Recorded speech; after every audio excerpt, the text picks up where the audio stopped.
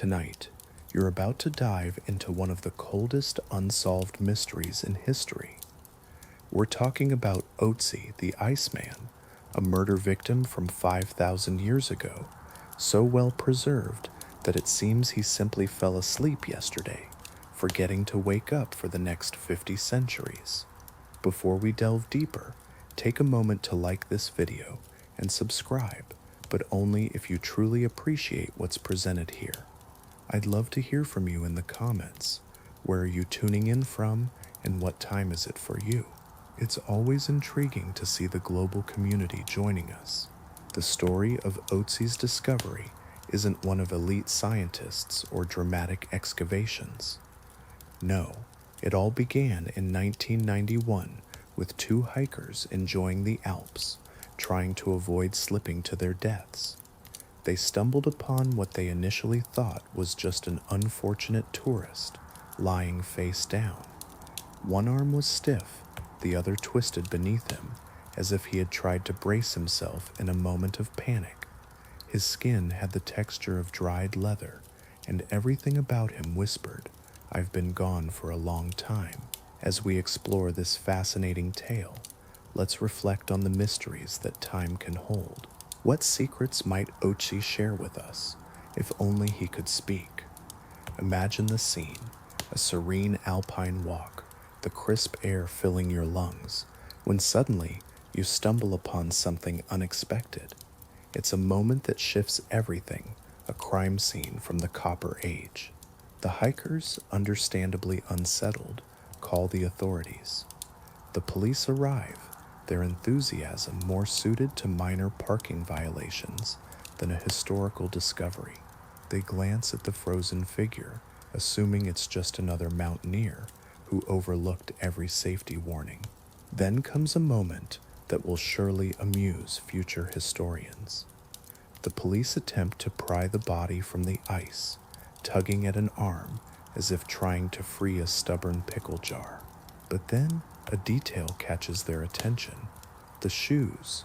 Not the modern boots or sneakers you might expect, but shoes crafted from animal hide and grass. These are the kind of footwear you see in documentaries narrated by those with soothing voices. Next, they uncover a copper axe, clean, polished, and certainly not part of any modern hiking gear. Copper tools have long been out of fashion, dating back to a time when the wheel was considered a novel invention. That's when the realization hits. This isn't a recent casualty. In fact, it's not even from the medieval era. This is a man who lived 5,300 years ago, somehow preserved in the ice, defying time itself.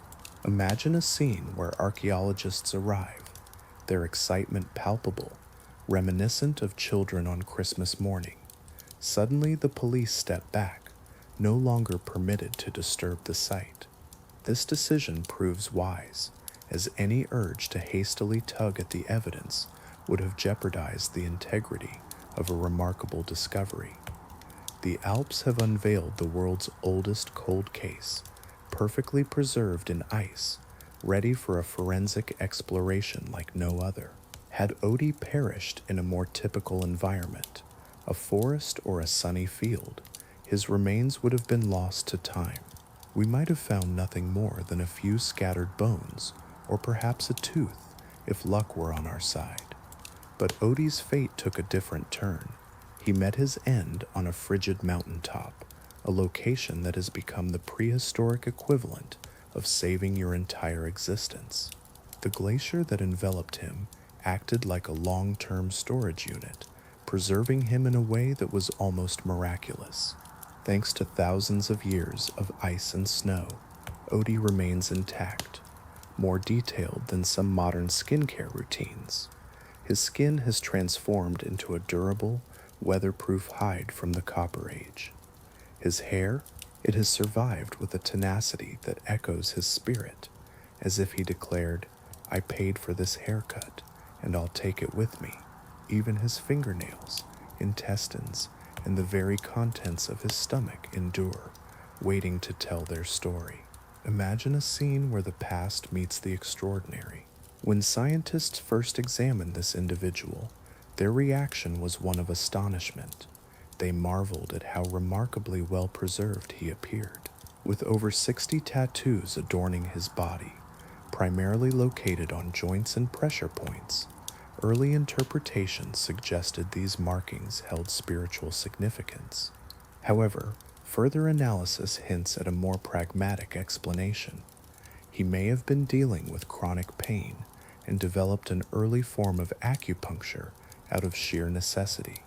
After all, nothing drives innovation quite like discomfort. Then there's his attire, fashion forward for 3300 BCE. His clothing was anything but conventional.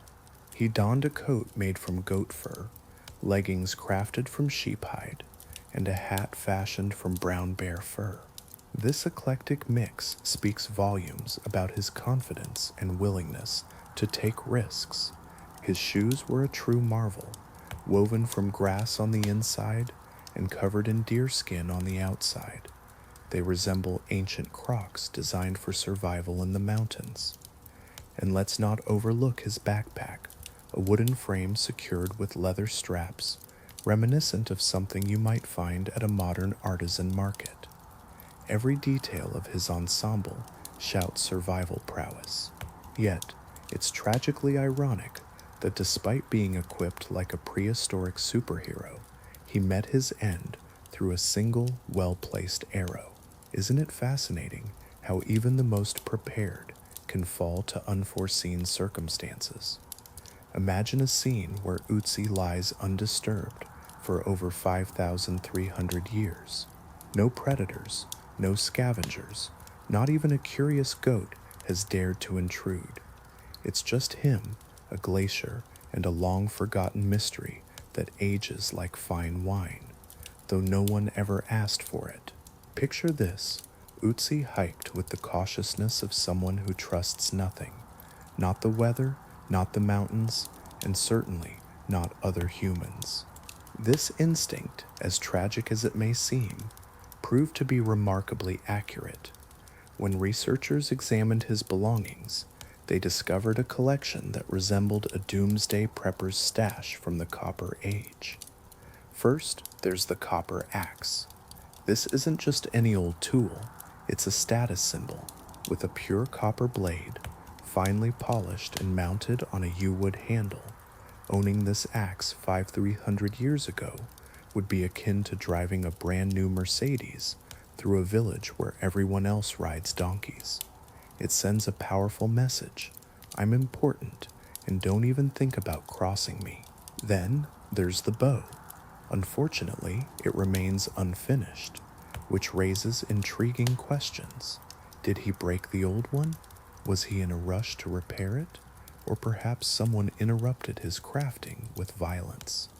This bow, nearly his height and made of yew wood, was the kind of weapon that once completed could take down a deer or maybe even a rude neighbor. What do you think happened to him? Imagine a collection of arrows, each telling its own story, some complete, others only half finished. One arrow stands out with a fletching angle that seems a bit off, suggesting Otzi might have been in a rush, or perhaps dealing with his own version of distraction. If you ever find yourself feeling guilty about procrastination, consider this: Otzi literally left this world before he could check off everything on his to-do list. Now, let's talk about the knife. It's a small flint blade with a wooden handle, not extravagant, but undeniably dependable. And yes, it carries the remnants of someone else's blood. Nothing quite says I've had a challenging morning like toting a knife that's seen action.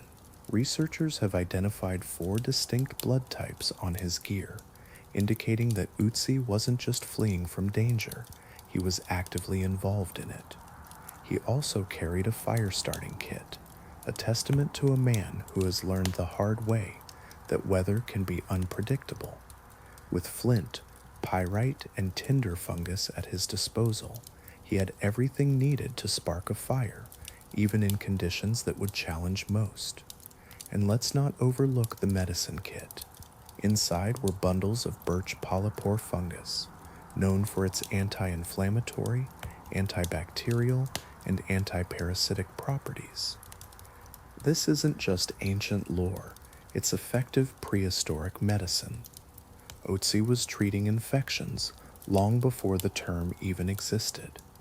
Lastly, we have the frame backpack. With its reinforced wooden structure and sturdy leather straps, it's practical and durable, truly a blend of functionality and style.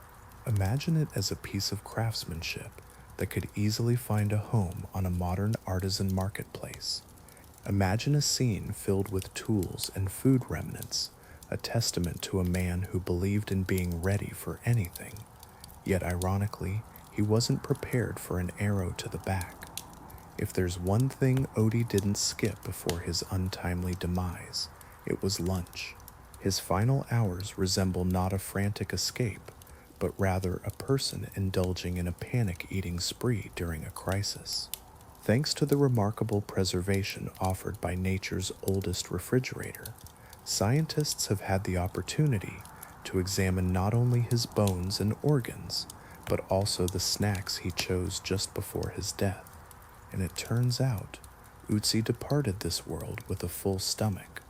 His last meal was akin to a prehistoric charcuterie board, featuring ibex meat, red deer, spelt grains, fat, pollen, and what can only be described as wild herbs that someone insisted were healthy. Essentially, he enjoyed the Copper Age equivalent of a protein-packed meal prep box crafted by a caveman nutrition influencer. What's truly fascinating, and perhaps a bit humorous, is that he consumed 2 distinct meals before his death. It's as if he couldn't decide whether he needed fuel for an adventure or comfort food to cope with impending doom. The first meal shows no signs of stress or urgency. Instead, he appears to be simply enjoying his time, savoring ibex meat, blissfully unaware that he was on the brink of becoming a historical figure, forever remembered as a celebrity corpse. This meal was unlike any other. The ibex meat was consumed under immense stress, as if the individual was in a fight-or-flight response. It's as if he inhaled his food, driven by a sense of urgency, like someone warned, "You need to eat now. You may not get another chance." The evidence was clear. His stomach still contained visible layers of chewed fat and meat, reminiscent of leaving multiple browser tabs open at the moment of your demise. What's even more fascinating is that researchers discovered fresh pollen from plants blooming in warm valleys, yet he met his end high in the mountains. This indicates he must have traveled swiftly from the warmth of the valley to the icy heights that day. You don't ascend thousands of feet without a powerful motivation, whether driven by desperation or foolishness, or perhaps someone pursuing him. The presence of the arrow in his back suggests the latter. Additionally, traces of charcoal were found, hinting that he had cooked something just moments before his murder. Picture this, standing over a fire, savoring the last taste of ibex, thinking, nothing like a warm meal before a challenging climb, while an unseen assassin lurks behind a boulder, waiting for the perfect moment to strike. So, this final meal of his was far from ceremonial, spiritual, or poetic. You find yourself reflecting on a moment steeped in tension and urgency. Imagine this: if Otzi's last hours were captured on film, the peaceful melodies of mountain flutes would suddenly give way to a soundtrack filled with ominous drums. As he began his final ascent of the Alps, he was not just weary or anxious, he was visibly injured. His hands reveal a story of struggle. Fresh cuts marred his skin, not marks from past battles, but new wounds, evidence of a recent confrontation. These weren't mere scrapes. They were signs of a serious altercation, one that involved multiple assailants. His knuckles swollen and bruised, suggest he wasn't just absorbing blows, he was fighting back. Picture the coldest bar fight imaginable, but instead of a bar, it unfolds in a serene forested valley. Instead of beer, there's only glacial water, and the harsh reality that bathrooms are a luxury yet to be invented. Then there's Otzi's knife, a crucial piece of this unfolding drama. It bore traces of blood, not his own, but that of several others. This detail speaks volumes. Otzi was not simply fending off a single attacker, he was entangled in a conflict that involved more than one opponent.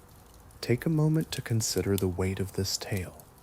What does it reveal about resilience in the face of overwhelming odds? As you ponder this, allow yourself to explore the depths of Otzi's experience. You might wonder how he found himself in that situation, whether he battled one opponent after another like a fearless warrior or faced a chaotic skirmish. What remains clear is that he left that fight with visible scars. His gear bore the marks of conflict, and his body showed the toll it had taken.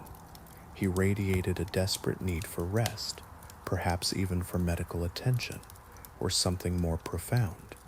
But what unfolds next adds an intriguing layer to the story. Otzi began to repair his bow. This wasn't a casual effort, it was urgent. He hurriedly assembled arrows and worked on a bow ring, the wooden shafts shaped in haste. It was evident he was preparing for yet another confrontation. You don't sit down after a brutal fight, bleeding and exhausted, and start crafting weapons unless you anticipate that violence is on its way back. His actions in the hours that followed tell a compelling story. He was not simply wandering, he was making a calculated retreat. He climbed into treacherous terrain, the kind that only someone either very confident or intensely pursued would choose. With injured hands and a partially repaired weapon, he pressed onward to higher ground, leaving behind the valley where everything had unraveled. He was not lost. He was retreating, fast and aware, knowing that someone was still after him. As you envision Otzi nearing the final ascent of the Alps, picture him as a walking testament to survival, held together by sheer adrenaline and an unwavering will to endure. Yet, fate had a different script in mind. The pivotal moment of this saga doesn't stem from his wounds or the knife he clutched, nor from the unfinished bow he struggled to assemble amidst the chaos. It arises instead from a single arrow. This shot, perfectly aimed, suggests a marksmanship honed through countless attempts, perhaps on many previous victims. Forensic analysis reveals that the arrow struck him from behind, at a precise angle that indicates his assailant had the high ground. The arrow tore through muscle, pierced his left shoulder, and severed an artery. This was no accident.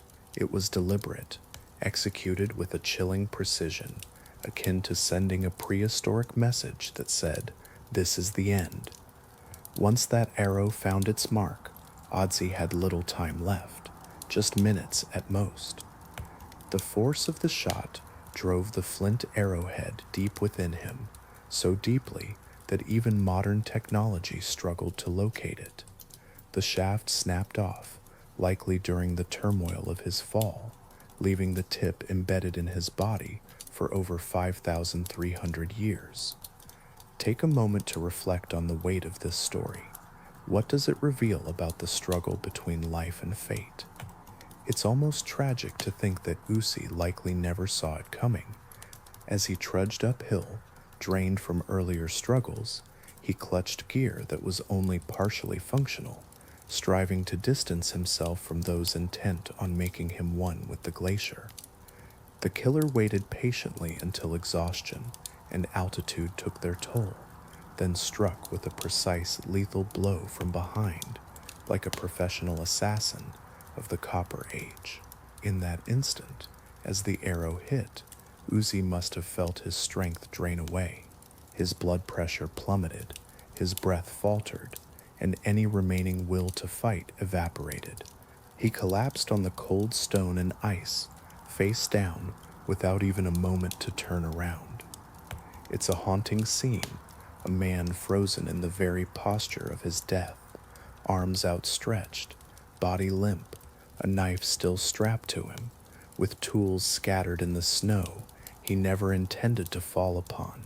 There were no final words, no dramatic last stand, and no heroic retaliation, just a silent, abrupt end, one only a skilled assassin or a fiercely determined enemy could deliver.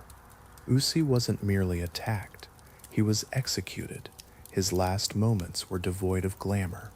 There was no grand speech, no heroic final act, and certainly no ancient equivalent of, "Tell my family I love them." Instead, his final act on this earth was to collapse face first onto a slab of ice, embodying the exhausted grace of someone who had simply endured enough of the day's chaos. Imagine a moment where everything changes in an instant. After the arrow strikes, you feel a sudden jolt. You stagger uphill, believing that climbing higher might somehow help, as if altitude could truly resolve your troubles. But the Alps are unforgiving.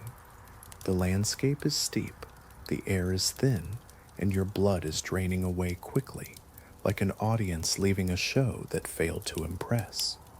Your heart and lungs are giving out, and the idea of fighting back, screaming, or even running feels impossible. In this moment, your body has run out of options. You fall forward, arms sprawled, like someone robbed of the dignity to choose a peaceful way to let go. Years later, archaeologists will discover you just as you were untouched, lying there in the stillness of defeat, perhaps thinking, "I won't be getting up from this." The glacier surrounding you is both cruel and kind. It offers no shelter, no soft patch of snow to cushion your fall. Yet once you are down, it embraces you with the warmth of millennia, whispering, "Don't worry, I'll take care of you." The one who caused this tragedy doesn't return. They don't check your body, loot your gear, or confirm their grim work. They simply vanish, leaving you behind in an eternal silence. Imagine a moment frozen in time, a scene shrouded in mystery. Whoever shot him must have understood the wound was fatal. Perhaps they were overwhelmed, racing against time to escape before Otzi's friends arrived, or grappling with the weight of committing the oldest documented homicide in history. The Alps embraced him, wind, ice, and snow wrapping around him, preserving his body within the glacier, more secure than any pharaoh draped in gold. Nature, in a sense, seemed to protect him. No animals dared to disturb him, as if to say, "This one is special, we must keep him safe." Little did anyone realize, 5,000 years later, Otzi would be discovered just as he had fallen, like a prehistoric crime scene, waiting for someone to investigate. His final moments were not merely tragic, they marked the beginning of the world's oldest cold case. If Otzi himself couldn't reveal the identity of his killer, his blood certainly attempted to do so. Unfortunately, blood is not the best at keeping secrets, especially when examined by modern forensic technology. It became the biological equivalent of a chaotic group chat. When scientists studied the microscopic traces on his tools and clothing, they anticipated nothing extraordinary, perhaps remnants of deer or the meal he had prepared earlier that day. What you discover instead resembles a scene from a prehistoric crime drama. 4 distinct human blood types are found. This indicates that in the moments leading up to his death, Otzi interacted with or even attacked at least 4 other individuals, with only one of those blood types belonging to him. It becomes clear that the Copper Age was likely less about peaceful Neolithic farming and more about survival of the fittest. It's as if you're invited to bring your own weapons. Otzi's flint knife reveals the most troubling evidence. There's blood from another person smeared along the blade, not dried remnants from weeks past, but fresh patterns that suggest recent contact. His arrows tell a similar story, showing signs that they were shot, retrieved, and possibly reused. Archaeologists might refer to this as evidence of conflict, but a more straightforward interpretation would be that this man was quite active. The blood found on his gear outlines a sequence of events. First, there was a close quarters skirmish that left Otzi with cuts on his hands, bruises, and a level of emotional exhaustion that only comes from fighting multiple opponents without sufficient hydration. Next came a retreat, a frantic attempt to escape up the mountain, and a desperate scramble to repair his weapons.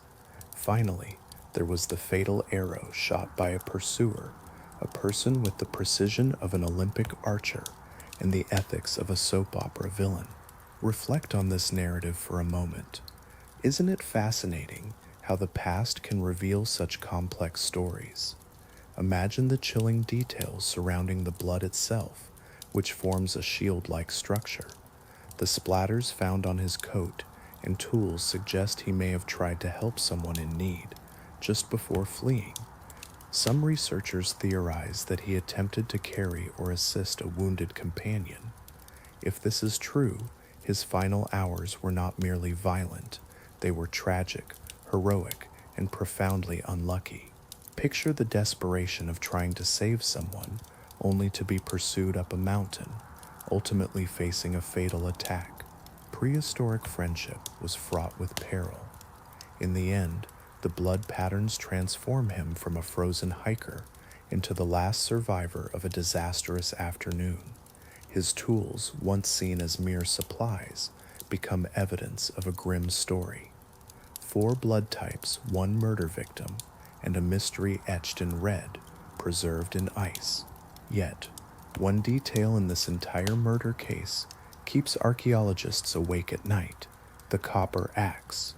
It's not the arrow lodged in his back or the 4 different blood types found on his gear that haunt them. It's the fact that nobody took the axe. This was no ordinary tool.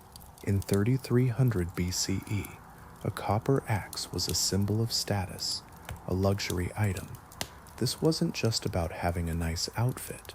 It was a sign that you were the most impressive figure within a 50-mile radius. Copper is a precious metal, difficult to extract, and even more challenging to shape. Possessing a polished copper blade signifies status and authority, perhaps even a touch of ancient bravado. But why was this blade left on Otzi's body? If it had been a robbery, the attacker would have taken the axe right away. In a spontaneous attack, the weapon would have disappeared long before the ice touched him, even if the assailant had no personal interest in it. They could have easily traded it for necessities like food or clothing, or even for a chance at a better life. Instead, it was left behind, deliberately and untouched, almost as if the murderer wanted the world to see this act for what it truly was. This wasn't about material gain. It was about Otzi himself. This detail shifts the narrative from a random act of violence to something far more intimate and human, a personal vendetta. Someone wanted Otzi dead, yes, but they weren't seeking to benefit from his death. They weren't trying to rob him or humiliate him. They simply wanted him gone for good. One theory suggests that the killer may have been connected to Otzi's own group, someone who recognized the axe and understood its significance, yet chose to leave it behind. Perhaps they refrained from taking it, because everyone in the tribe would have known it belonged to Otzi. Imagine arriving at camp with your late friend's cherished copper axe in hand. You casually say, "Oh, hey everyone, I found this." Not the best excuse, right? Another unsettling theory suggests that the killer left the axe as a message, something symbolic. It's like saying, "I didn't take your things. I killed you because we had issues." If that isn't the most human, petty, passive-aggressive motive, what is? The copper axe lying untouched next to the body doesn't solve the mystery, yet it reveals one crucial truth. The killer wasn't after his wealth, they wanted his silence. Throughout history, one theme echoes like a broken record: betrayal. Romans betrayed one another. Medieval kings did the same. Perhaps your coworker has betrayed you by claiming credit for your work. But Otzi, he may be the first documented victim of the classic smile at you over lunch, stab you in the back later routine. Interestingly, science reveals that shortly before his demise, Otzi shared a meal with someone. The pollen found in his stomach, the type of meat he consumed, and even the cooking methods all suggest a social gathering, a fire, companionship, not the image of a man cowering alone in the bushes like a frightened prehistoric raccoon. He isn't hiding his hunger. He isn't starving. He enjoys a hearty, warm meal shared with a friend. The person who prepared or offered that meal is close to him, someone he trusts deeply, perhaps even bonded through shared experiences of a harsh world where nature and others can be deadly. Yet, just hours later, someone takes aim and shoots him in the back.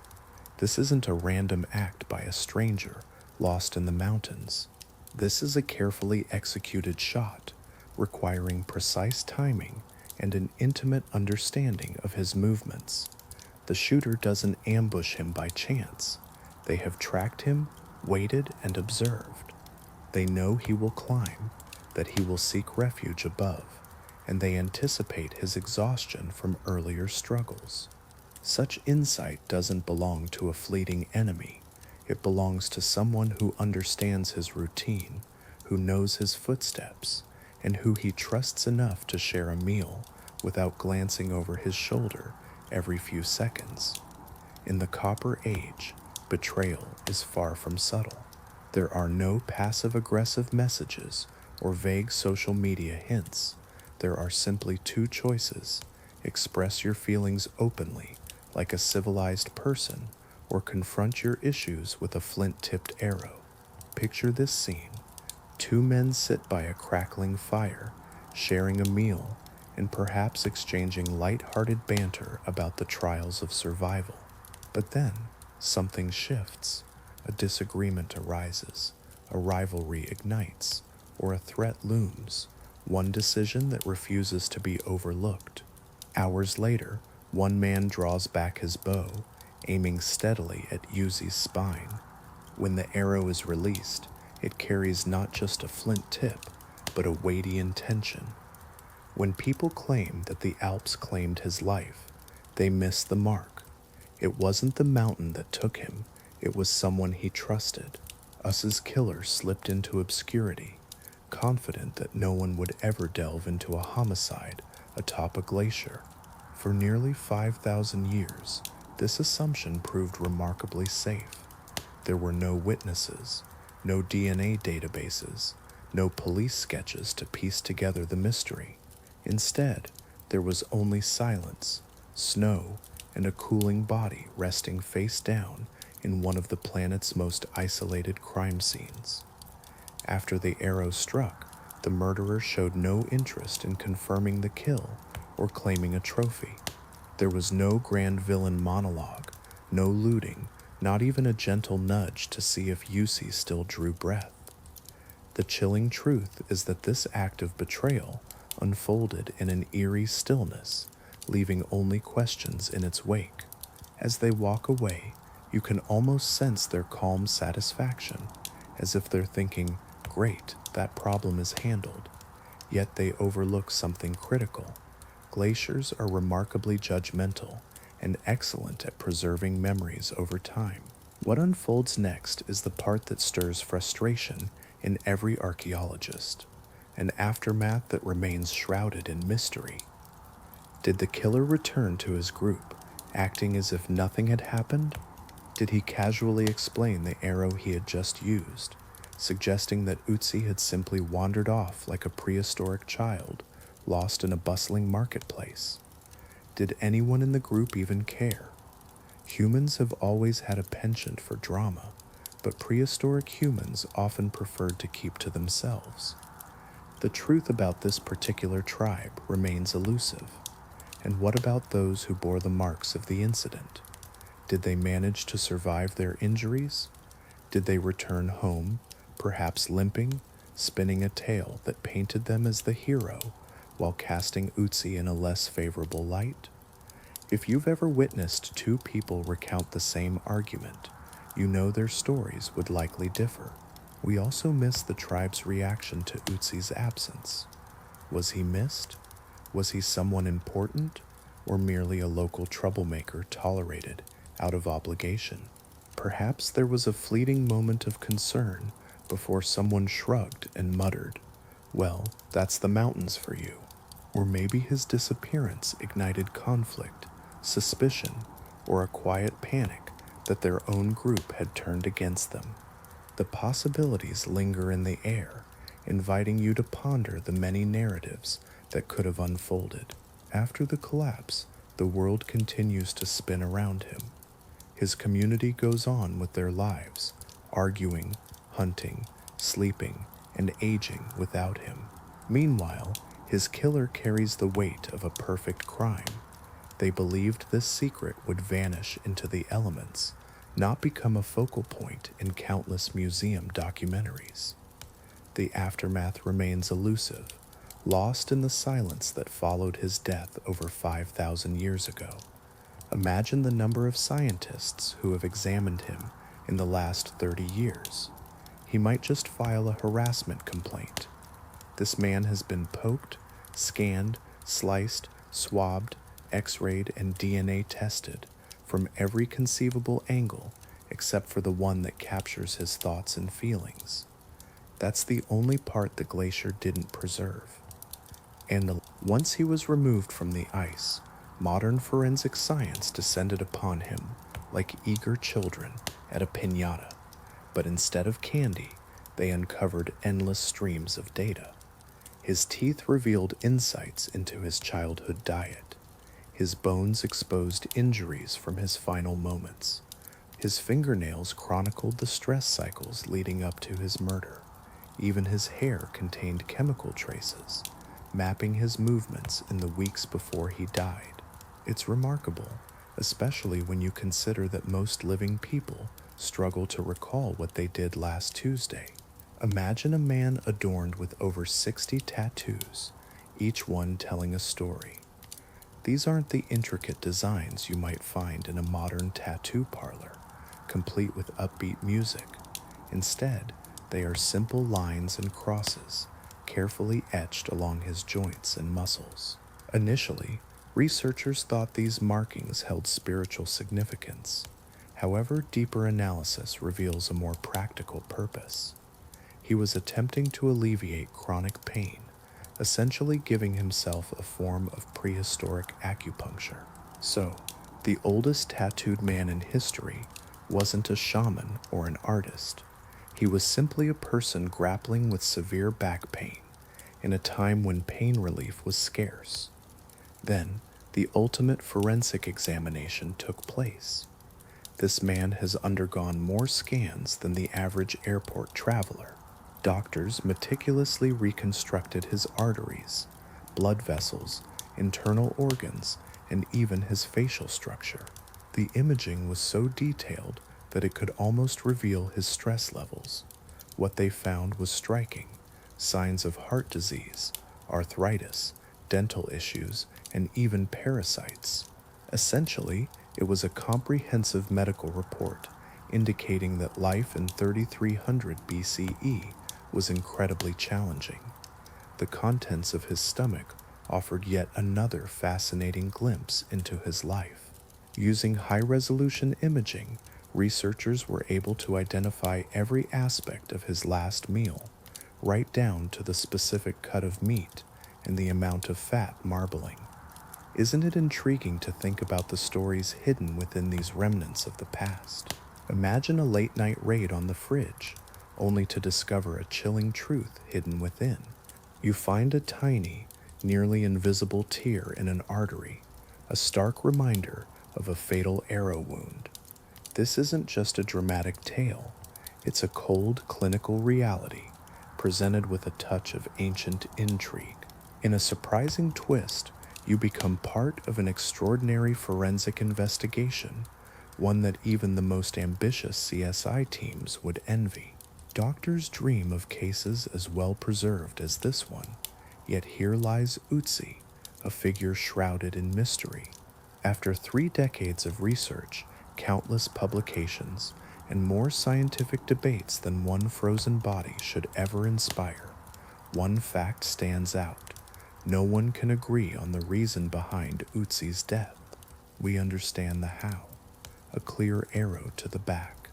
But the why has sparked theories that could fill a conspiracy forum on a quiet Tuesday. One theory points to tribal conflict. Perhaps Otzi inadvertently wandered into a feud between rival groups. Maybe someone from another village took offense at his copper axe, or perhaps he insulted someone's goats. In 3300 BCE, livestock disputes were akin to international politics. Under this theory, Otzi becomes collateral damage in a conflict far greater than himself. What do you think could have led to such a tragic fate? As you ponder this, consider the layers of history and human emotion intertwined in this ancient story. Would you like to delve deeper into Otzi's world, or perhaps take a moment to reflect on the mysteries of the past? One intriguing explanation revolves around territorial disputes.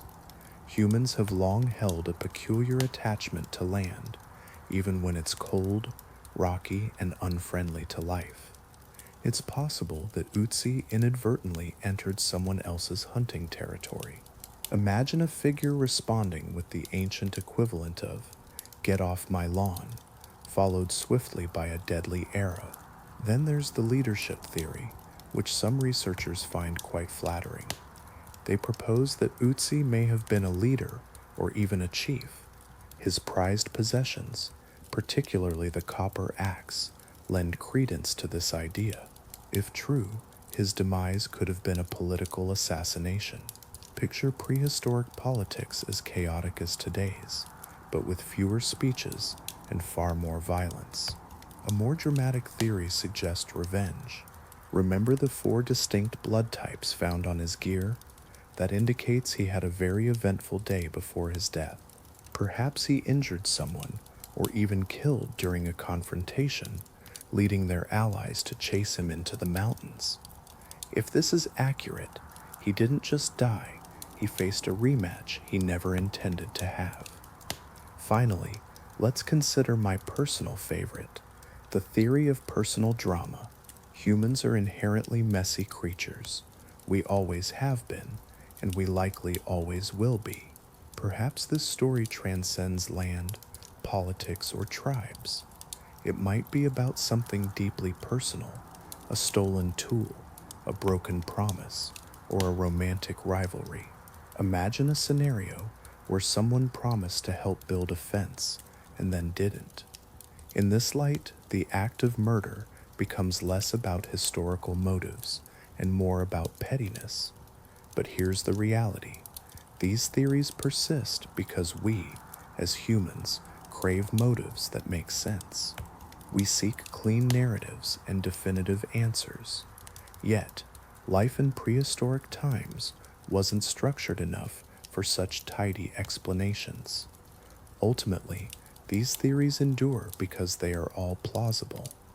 Unfortunately, Otzi, our subject, didn't have the luxury of time, and 5,000 years is an eternity to remain relevant, and most people struggle to stay significant for even 5 months. Yet Otzi ages like fine archaeological wine, continually unveiling secrets and inspiring documentaries.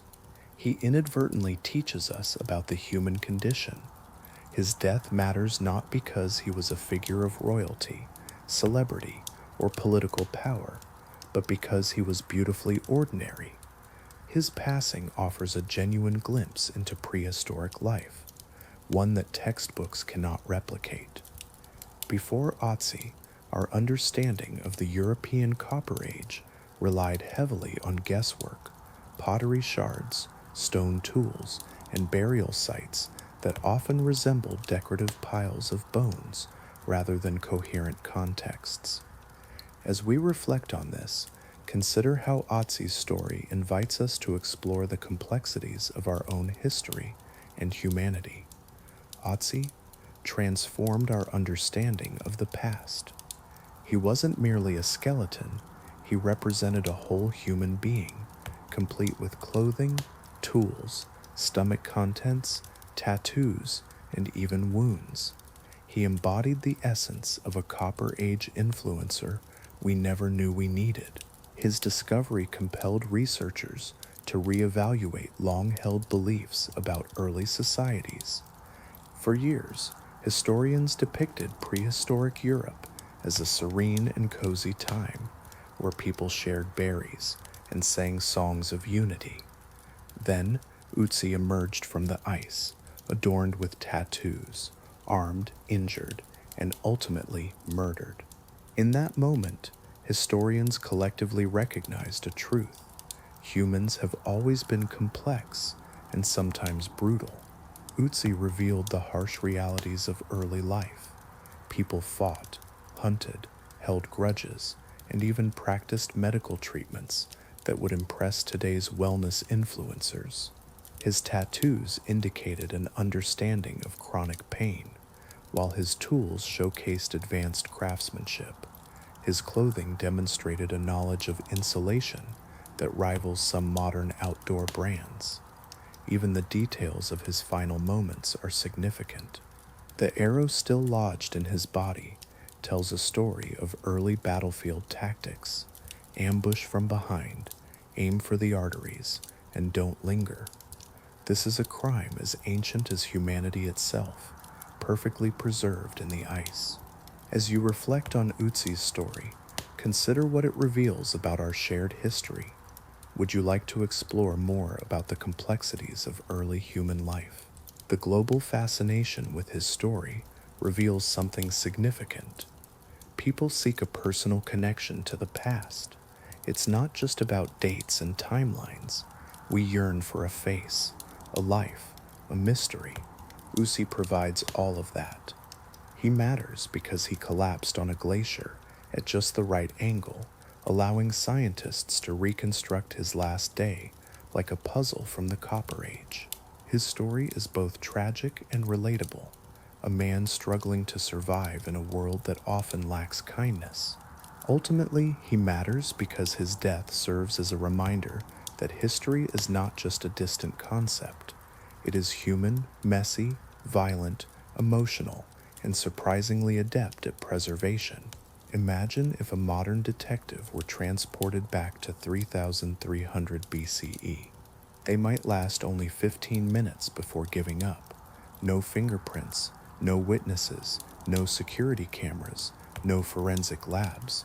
Yet the universe chose to preserve Otzi's crime scene so impeccably that thousands of years later, modern science has achieved what no Copper Age detective ever could: solving the world's oldest cold case. Quite literally, a cold case preserved by nature itself. The irony is rich. Otzi's killer likely left the scene, convinced they had committed the perfect murder. Imagine a remote mountaintop where a man lies dying, alone and surrounded by the majestic Alps. These icy giants stand as silent witnesses, holding secrets of the past. Yet, the glacier that cradles this tragic scene is no mere bystander. It has preserved every detail, every stitch of clothing, every tool, every wound, and yes, even the murder weapon, still lodged in his shoulder. This glacier is the most remarkable forensic archivist, taking millennia to unveil its secrets. What does this ancient file reveal? It tells the harrowing tale of a man pursued up the mountain, wounded and weary, ultimately struck down by a precisely aimed arrow. The evidence hints at a tangled web of relationships: friends, foes, and perhaps those who played both roles, caught in a violent confrontation leading to this man's demise. You can almost feel the desperation as he hurriedly attempts to repair his weapons and the panic that drives him to seek refuge at higher altitudes. The story unfolds with themes of betrayal, fear, and the instinct to survive, culminating in a tragic collapse. Today, modern forensics has pieced together this mystery in ways that the people of the Copper Age could never have imagined. CT scans reveal a severed artery, while blood analysis uncovers the presence of multiple attackers. Tattoo mapping indicates chronic pain he endured, and DNA sequencing traces his ancestry. Even the microscopic wear on his arrows tells us how he fought in his final moments. As you reflect on this journey through time, consider the layers of history and humanity captured in this frozen landscape. Would you like to delve deeper into the stories of the past, or take a moment to rest and absorb what you've learned? Otzi's murder transcends mere storytelling. It has become a legacy. He never intended to be the most scrutinized individual in history. He didn't choose to have his final moments replayed in countless documentaries, nor did he seek fame. His tragic fate was sealed by an unusually well-preserved freezer, yet his narrative persists, not because of kings or empires, but because it centers on a flawed human being, a person who was injured, who ran, fought, ate, and survived until he could no longer do so. Though the case is closed and the mystery resolved, Otzi remains a frozen testament to his time, sharing his tale long after those involved have turned to dust. The oldest murder in history didn't fade away. The ice ensured its permanence. Imagine ancient Rome, a place that existed long before modern cafes and bustling street vendors filled our cities. In the heart of this vibrant civilization, there was a thermopolium, an open-air tavern known to every Roman, whether rich or poor. Picture a narrow street where sunlight dances off clay tiles, where wagons creak over uneven stones, and where lively discussions about gladiators, taxes, and the latest imperial scandals fill the air. Now, envision a lively tavern nestled between a baker's shop and a linen stall, its marble counter extending toward the street, inviting passers-by to stop and linger. Imagine stepping into a bustling Roman eatery, akin to a modern fast food spot, where the atmosphere buzzes with life at nearly any hour. The counter stands as the centerpiece, crafted from stone or brick, its surface smoothed by countless arms leaning over in anticipation. It is adorned with deep terracotta jars, each nestled in circular openings, brimming with warm, aromatic delights just waiting for you. Picture lentil stew gently bubbling in a rich, earthy broth, olives soaking in savory brine, honeyed nuts, spiced chickpeas, and perhaps even leftover cuts of pork steeped in garum, the infamous fermented fish sauce beloved by the Romans. Steam wafts from the jars, carrying the enticing scents of herbs like lovage, fennel, and thyme. Before the lunchtime rush, the owner diligently wipes down the counter, stirs the pots, and checks the coals beneath the jars, ensuring everything remains at the perfect temperature. In the background, a small kitchen hums with activity, the crackle of wood, the clinking of ladles against clay, and a young helper maneuvering carefully to avoid burns while scooping out stew with a long-handled spoon. As the late morning unfolds, the first patrons arrive.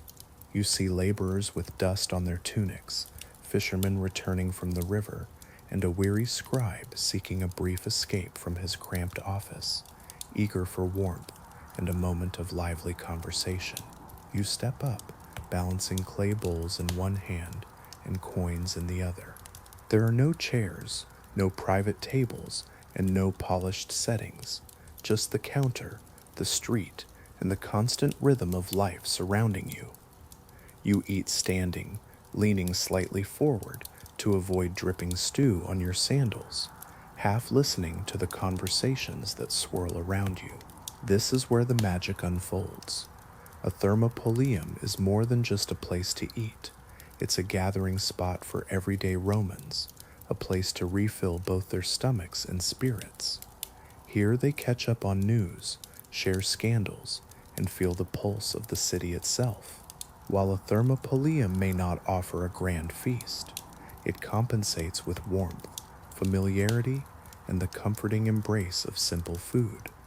The menu varies from tavern to tavern, yet certain staples are found everywhere. These humble dishes fuel Rome's laborers, sailors, and market vendors from sunrise to dusk. As you approach the counter, the aroma of the day's offerings greets you before your eyes can take them in. First, there's pulse, the thick wheat porridge that has sustained Romans for centuries.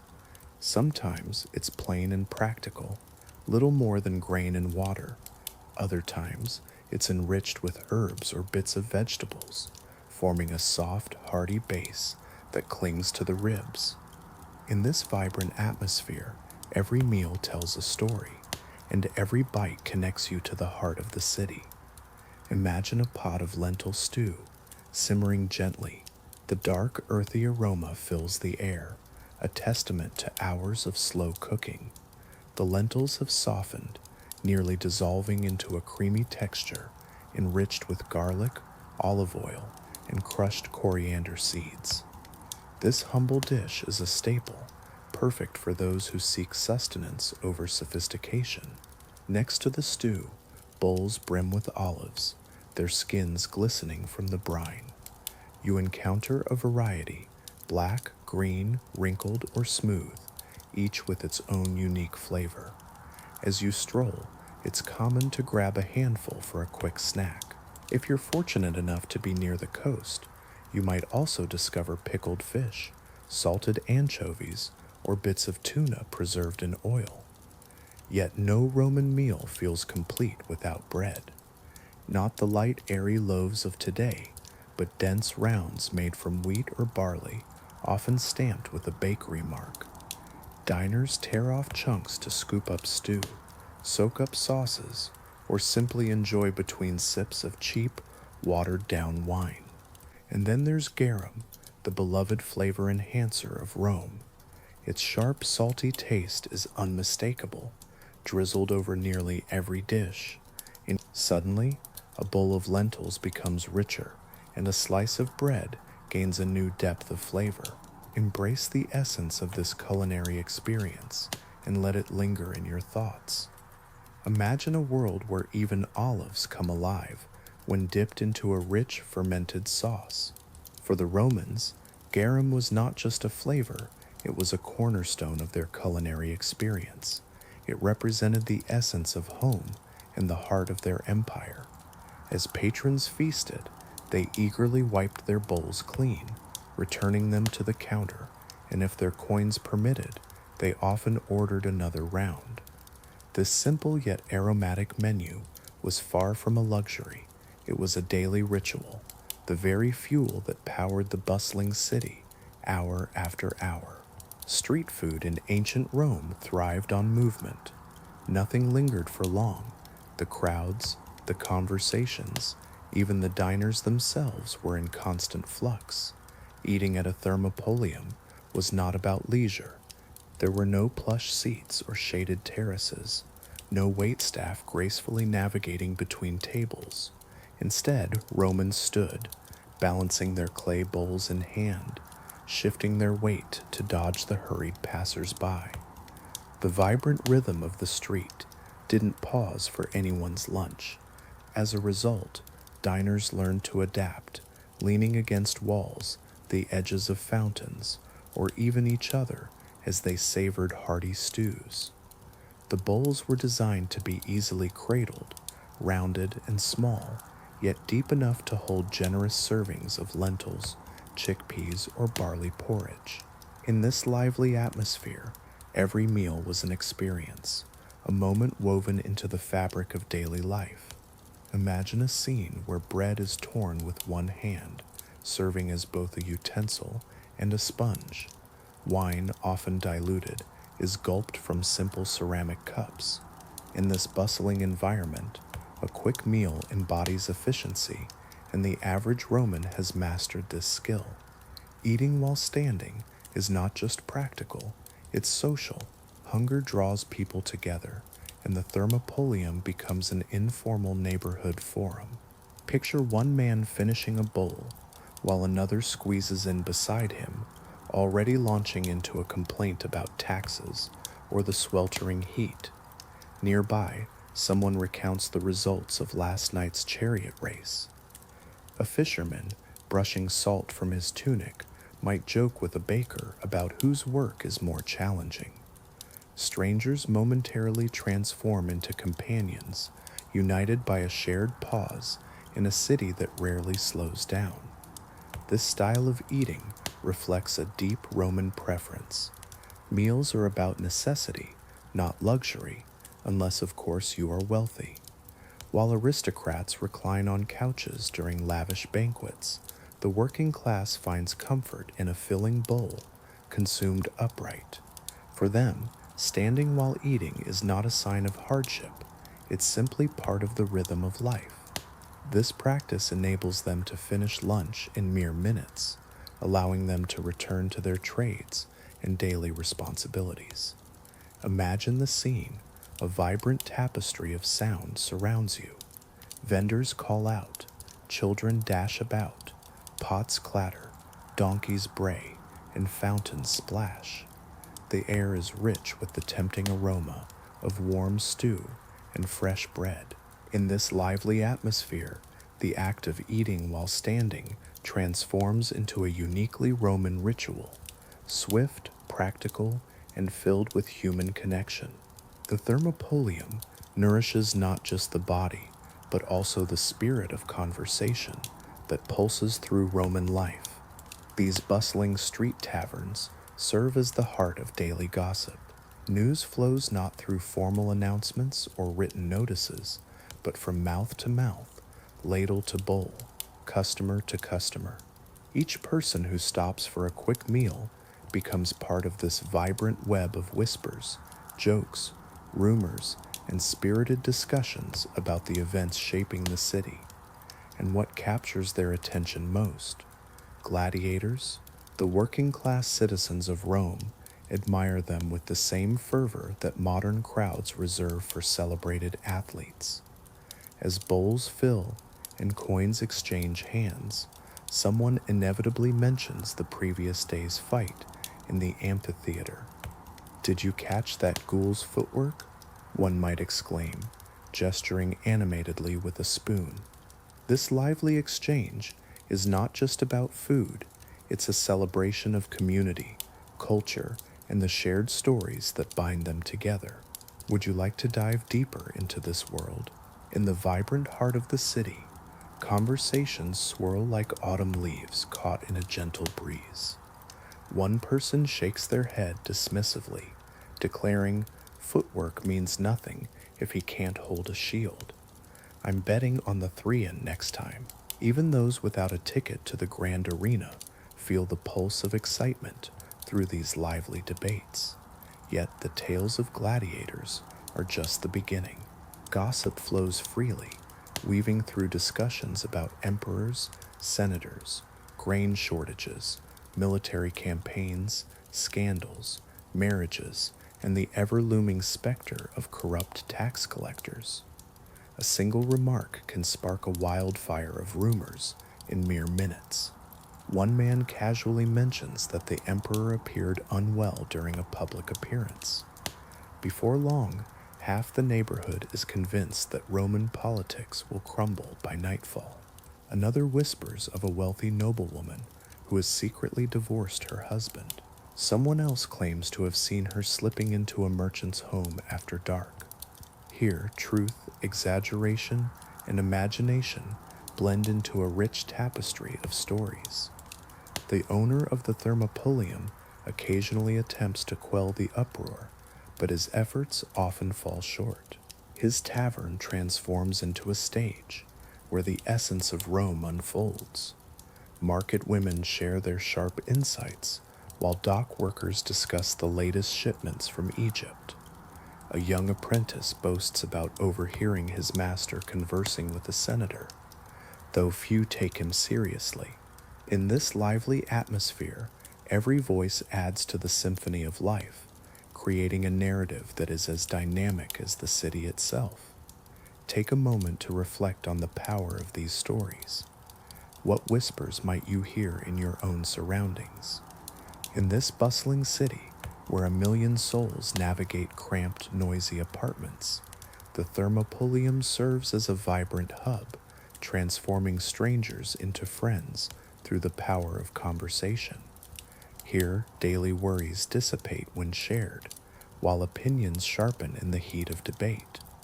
Even a simple bowl of lentils takes on new richness amid discussions about the next gladiator match. As you approach the counter, your senses awaken to the Thermopolium's allure.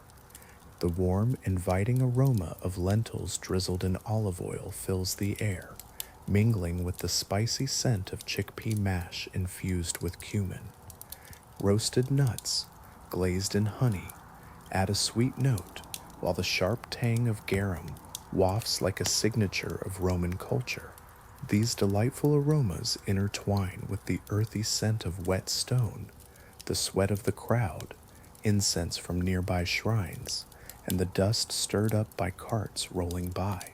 Together they create a complex tapestry of fragrances, both delightful and overwhelming, capturing the essence of life in this ancient, crowded city. Imagine the sounds enveloping you. Rome is alive, even in the midday rush, where the city roars with energy. Shopkeepers call out prices, and children dart between stalls, their laughter mingling with the clatter of bronze trinkets as traveling merchants vie for attention. In the background, a blacksmith hammers iron, the rhythmic clang and hiss punctuating the air. A donkey brays, protesting as its handler navigates through the throng. Patrons gather around the Thermopolium, their voices overlapping in a symphony of conversation. Clay bowls clink against the counter, ladles scrape the bottoms of deep jars, adding to the vibrant chaos. For those unfamiliar with Roman life, this may seem overwhelming, but for those who have grown up in its rhythm, it feels natural. People move with purpose, shoppers balancing baskets of figs, soldiers on errands, fishermen with nets that drip onto the cobblestones. Young apprentices race to deliver messages, while slaves hurry with jars of water precariously balanced on their shoulders. Amid this whirlwind, the Thermopolium owner stands steady, stirring stew, serving bowls, making change, and issuing orders to his helper, all without losing his rhythm. This is life in Rome, a dance of motion and sound, where every moment pulses with vitality. Imagine yourself in the vibrant streets of ancient Rome, where street performers add a lively touch to the atmosphere. You might see a flute player hoping for a coin, a juggler entertaining a crowd, or a storyteller sharing humorous tales about the latest gossip. This lively scene transforms the Thermopolium into a shared space, where diners are immersed in the essence of the city. There are no walls to separate you from the bustling street, no doors to muffle the sounds of life. When you choose to eat here, you become part of Rome's daily rhythm. Every scent, shout, and shuffle of feet enriches your experience. Food becomes more than just a meal, it's a way of life, surrounded by the unfiltered energy of one of history's greatest cities. In this delightful chaos, Romans find solace. Noise signifies life, and life fosters a sense of belonging. Behind every steaming pot and freshly filled bowl are the dedicated men and women who transform simple ingredients into the sustenance for the Roman populace. They are not the elite chefs of grand restaurants, but rather ordinary Romans, often from modest backgrounds, who bear the responsibility of the city's hunger. Their world is filled with constant heat, movement, and sound, a testament to the vibrant life that surrounds you. Take a moment to reflect on this remarkable environment. How does it feel to be part of such a dynamic tapestry of life? Imagine a bustling thermopolium where the owner, often referred to as the cowpo, takes center stage. He rises before the sun in those quiet moments before the city stirs to life. As dawn breaks, he begins his day by preparing food. By the time customers arrive, he has already ignited the furnace, organized clay jars, ground fragrant herbs using a stone mortar, and stirred pots filled with lentils, which require hours to reach the perfect tenderness. His movements are fluid and skilled, reminiscent of a craftsman rather than just a cook. He instinctively knows the precise amount of salt to add when the chickpeas reach their ideal texture, and how to keep the stew warm without letting it burn. Yet, alongside him, often in the shadows, are the apprentices or young men who undertake the more arduous tasks. They carry water from public fountains, chop vegetables, scrub soot-covered pots, and dash to nearby markets for bread or olives when supplies dwindle. Their tunics carry the lasting aroma of smoke and stew, and their hands are perpetually stained with oil. Without their efforts, the thermopolium would struggle to operate for even an hour. Women also contribute significantly, particularly in family-run taverns. They might knead bread, season dishes, count coins, or serve customers during the busiest hours. Each person plays a vital role, weaving together the tapestry of daily life in this vibrant setting. Imagine a bustling scene where small desserts, like honeyed pastries, sit alongside savory meals, drawing in customers. The voices of the workers ring out, sharp, practical, and seasoned, cutting through the chaos with clear instructions or urgent warnings. A successful thermopolium requires more than just culinary talent. It demands endurance. Workers endure the sweltering heat from the stove, lift heavy clay vessels, and navigate the constant flow of customers who expect swift service. Coins exchange hands in a steady rhythm. When portions appear too small, tempers can flare, and the owner must balance the roles of a businessman and a diplomat to keep everyone content. These dedicated workers often go unnoticed. Most patrons focus solely on the food in their bowls, overlooking the effort behind it. Yet, they form the quiet backbone of Roman street life, providing nourishment to thousands each day. They feed soldiers, sailors, merchants, craftsmen, beggars, and travelers, playing a vital role in keeping the ancient world's largest city alive and thriving. Their contributions, though humble, are essential. No meal at a thermopolium feels complete without a drink to accompany it. In ancient Rome, wine is the beverage of choice, enjoyed at any hour. Imagine the taste of Roman wine. To modern palates, it might seem harsh, thick, or overly sweet. Yet for the people of the empire, it was an essential part of daily life. Even the poorest Romans expected a cup of wine with their lunch.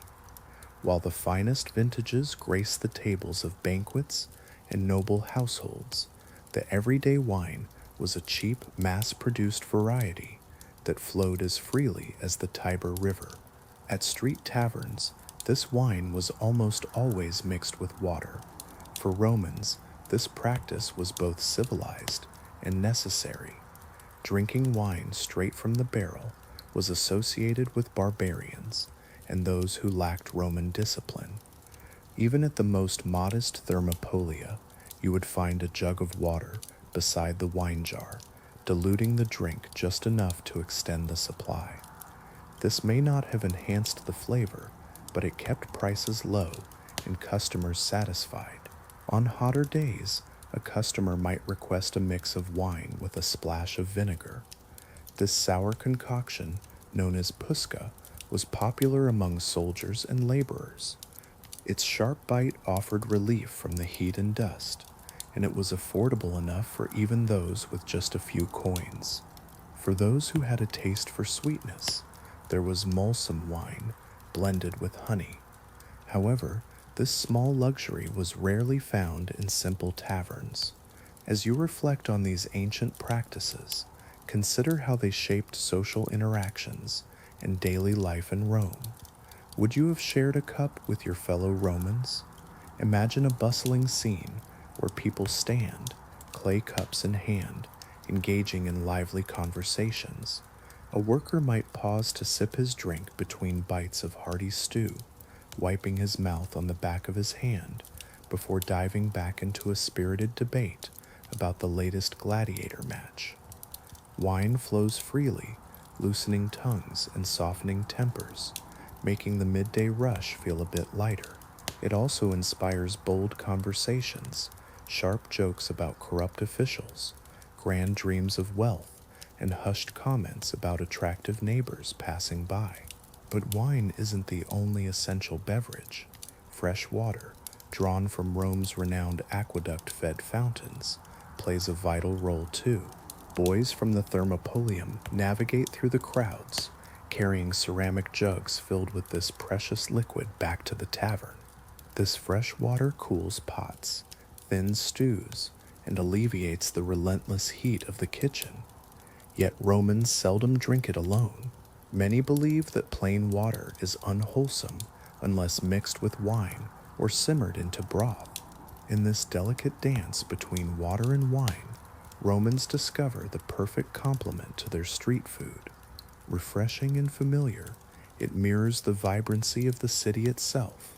Whether rich or poor, sober or slightly tipsy, every customer raises their cup, sharing in a simple yet profound pleasure.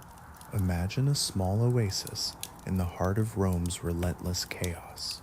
Dining at a Thermopolium is never merely about the food, it's an adventure through the bustling, unpredictable streets of this ancient city.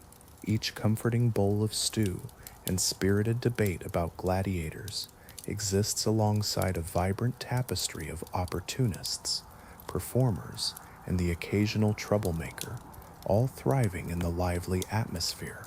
As you settle in, you might feel at ease, yet it's wise to keep your hand close to your coin pouch.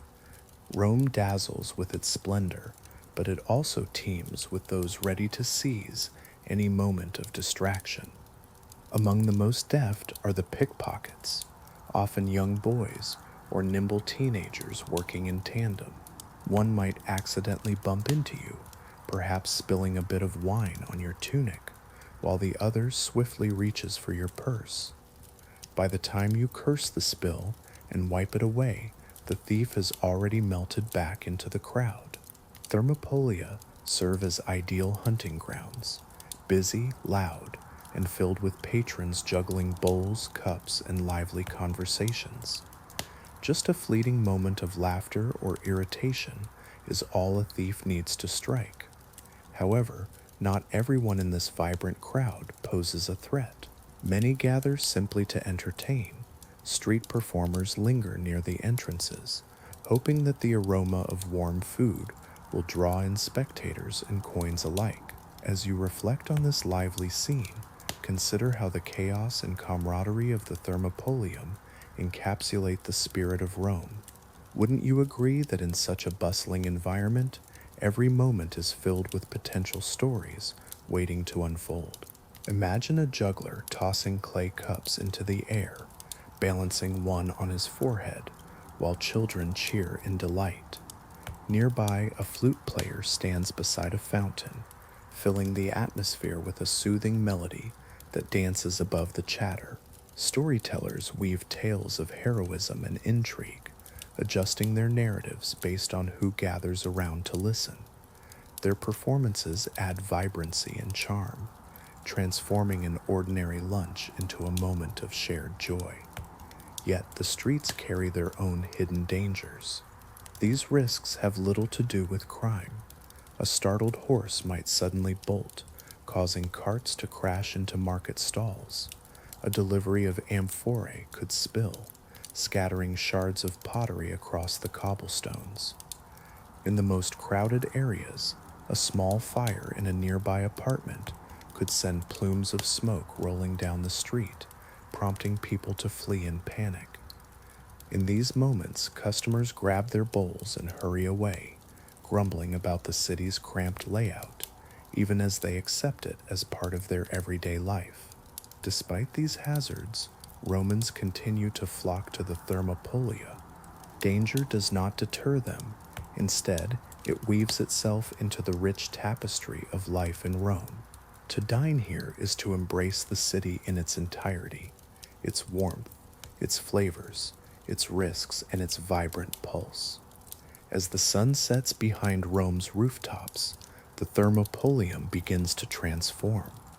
The heat of the day gives way to a gentle, warm glow. Shadows stretch across the cobblestones, and the frantic energy of midday eases into a more relaxed and contemplative atmosphere. Yet the tavern does not fall silent.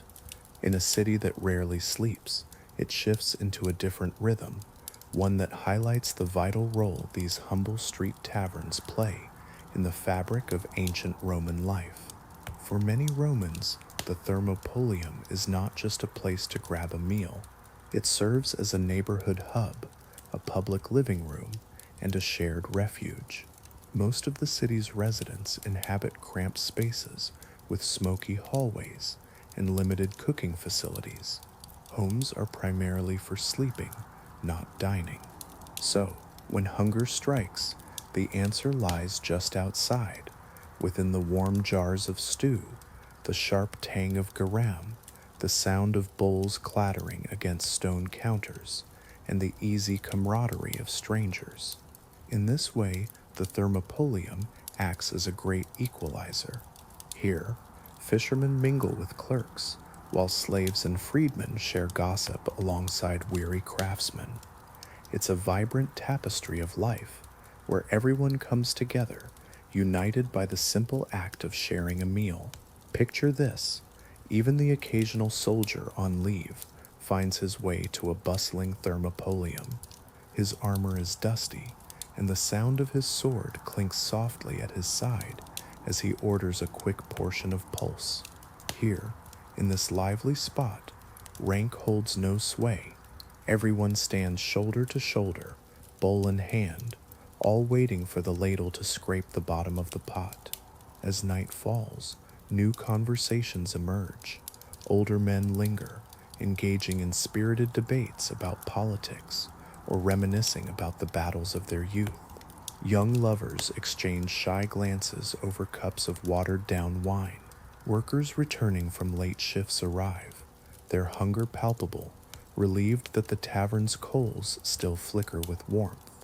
Even travelers use this Thermopolium as a guide, understanding that to know a neighborhood, one must simply listen to the chatter that fills the air. Though few customers voice it, the Thermopolium carries a deeper emotional resonance. It offers solace after a long day, a sense of familiarity in a city that is ever-changing, and companionship in a world where survival is a daily struggle. A warm bowl of lentils might not erase life's hardships, but it can make a man feel grounded, human, and alive. As closing time approaches, the owner methodically wipes down the counters, banks the embers, and stacks the empty bowls, readying the space for another day of connection and comfort. Tomorrow, a new cycle begins. Rome stirs awake, filled with hunger, noise, and restlessness. The Thermopolium stands ready, prepared to nourish not only bodies, but also the very spirit of the city. Long before dawn's first light graces the tiled rooftops of Ado, the Ashigaru barracks come to life. For these foot soldiers, life revolves around discipline and routine. They understand that even in peaceful times, the essence of a warrior never truly sleeps. Their day starts not with leisure, but with the sharp sound of wooden hoshigi clapping, a command that reverberates through the wooden corridors like a call from the shadows. Just one strike is enough to rouse even the deepest sleeper. Inside the long, sparsely furnished room, the Ashigaru rise from simple straw mats, arranged in neat rows. Their bedding lacks softness, but the men hardly notice. They are accustomed to the rigors of soldier life. Each man folds his thin futon with practiced precision, smoothing the corners until they are just right. In the barracks, nothing can appear disordered. Not blankets, not clothing, and not a single pair of sandals left at the wrong angle. Order symbolizes loyalty, and loyalty embodies honor. As you reflect on this disciplined existence, consider how order and routine shape not only their lives, but also the very fabric of their identity. Would you find strength in such structure, or perhaps a longing for something different? The faint scent of last night's fire lingers in the air. Someone gently stokes the embers in the hearth, adding a small bundle of kindling. As the flames flicker back to life, they cast a soft amber glow throughout the room.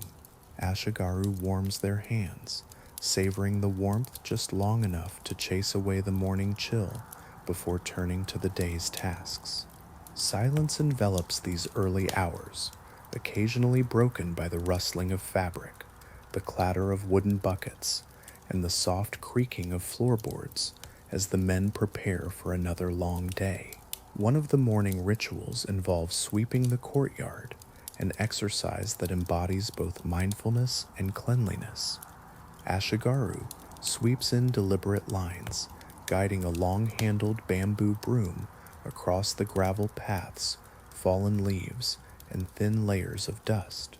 Their movements are steady and rhythmic, almost resembling a ceremony.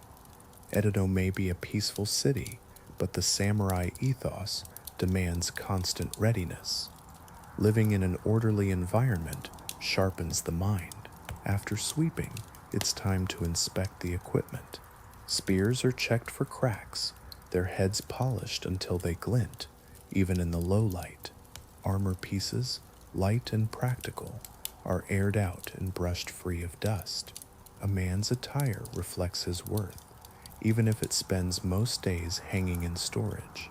As you reflect on these rituals, consider how they shape not just the space, but the very essence of those who inhabit it. Would you find peace in such a routine? In the quiet of the early morning, the Ashigaras gather in the courtyard, their breath visible in the crisp air, waiting for their instructions. The sun has yet to rise fully, but their day has already begun. This is the rhythm of Ashigaru life, calm, disciplined, and rooted in the belief that even during peaceful times, a warrior must rise before the world awakens. Amidst the structure of their daily routine, nothing provides more grounding than the meals that sustain them. The food in the barracks is simple and humble, repetitive, yet essential. It lacks the elegance of samurai banquets or the richness found in merchant homes. Yet for the Ashigarus, these meals are the quiet anchors of their lives. Each morning, they receive a predictable ration, steamed white rice served in a warm wooden bowl, still steaming from the pot. For them, rice is more than just sustenance. It symbolizes the wealth of their domain and serves as the backbone of their hierarchy. Receiving even a small daily ration is a reminder of their direct service to their lord. Each grain carries significance. Alongside the rice, they enjoy miso soup, thin yet comforting, made from fermented soybean paste mixed with hot water. Occasionally, it is enriched with scraps of tofu or pieces of green onion, depending on what supplies are available. This simplicity nourishes them, grounding their existence and fortifying their resolve. Pickles or tukamono add a sharp, salty bite to each meal. Whether it's pickled daikon, cucumber, or plum, their strong flavors cut through the plainness of rice, keeping your palate awake. Occasionally, you might find dried fish served alongside, chewy and briny, reminding you of Japan's deep connection to the sea. On rare occasions, when the budget allows or the quartermaster feels generous, you may receive a small piece of fresh fish or boiled vegetables. These moments are quietly cherished, though never celebrated openly. Modesty is a soldier's virtue. Meals are consumed quickly and in silence. Sitting cross-legged, you lower your head, not out of fear, but from habit. Speaking during meals is discouraged. The food is meant to nourish your body, not distract your mind. Wooden bowls clack gently against the floor, and chopsticks tap lightly against their rims. The steam rising from miso soup fills the barracks with a warm, earthy scent. Midday meals often resemble those of the morning, sometimes featuring porridge instead of rice, stretched thin to feed many. However, evenings bring the quietest and most reflective moments of the day. After hours of drilling or guard duty, you gather again for rice, soup, and pickles. The soft amber glow of lanterns casts gentle shadows against the wooden walls, creating a serene atmosphere for reflection. You might think of warriors as living in a world of grand feasts and elaborate ceremonies, but that was not the case for the Ashigaru during the Edo period. Their meals were simple, lacking in luxury and variety. Yet, these modest rations sustained them, providing the necessary fuel for the long, uneventful days they faced. In this quiet existence, nourishment became a form of discipline, a gentle reminder that strength is forged not only in moments of action, but also in patience. After their morning meal, the barracks courtyard transformed into a training ground. Even in the era of peace under the Tokugawa shogunate, the Ashigaru trained with the same intensity as if war could return at any moment. Their primary weapon was the yari, a spear that demanded relentless practice to master. This was not about elegant swordplay or ornate jewels. It was about thrusting, stepping, recovering, again and again. The yari itself may seem simple, a long wooden shaft topped with a polished steel blade. Depending on the region, its length could vary from around 2 meters to nearly double that. The Ashigaru wielded these spears not for show, but for practical reasons. The spear provided distance, control, and a strategic formation on the battlefield.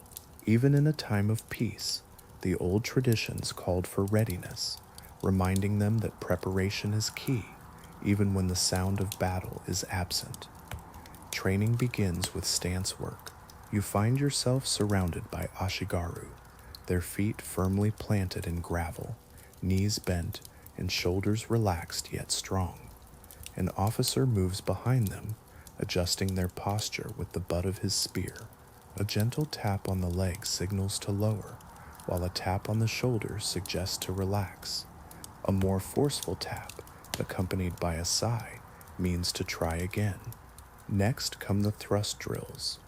You witness a flurry of activity, 100 thrusts forward, 100 angled thrusts, and another 100 sweeping motions designed to counter an imaginary rider's charge. Each movement is sharp, controlled, and synchronized with the group. The spears slice through the air in unison, their wooden shafts vibrating softly with every strike. The rhythmic sound of shuff, shuff, shuff resonates across the courtyard, echoing like a heartbeat.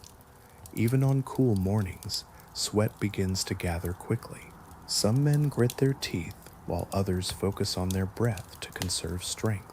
A few younger recruits, filled with enthusiasm, make exaggerated thrusts, drawing amused glances from the seasoned soldiers. These veterans understand that true discipline is about being quiet, steady, and unassuming. Beyond the drills, the Ashigaru practice formation movement.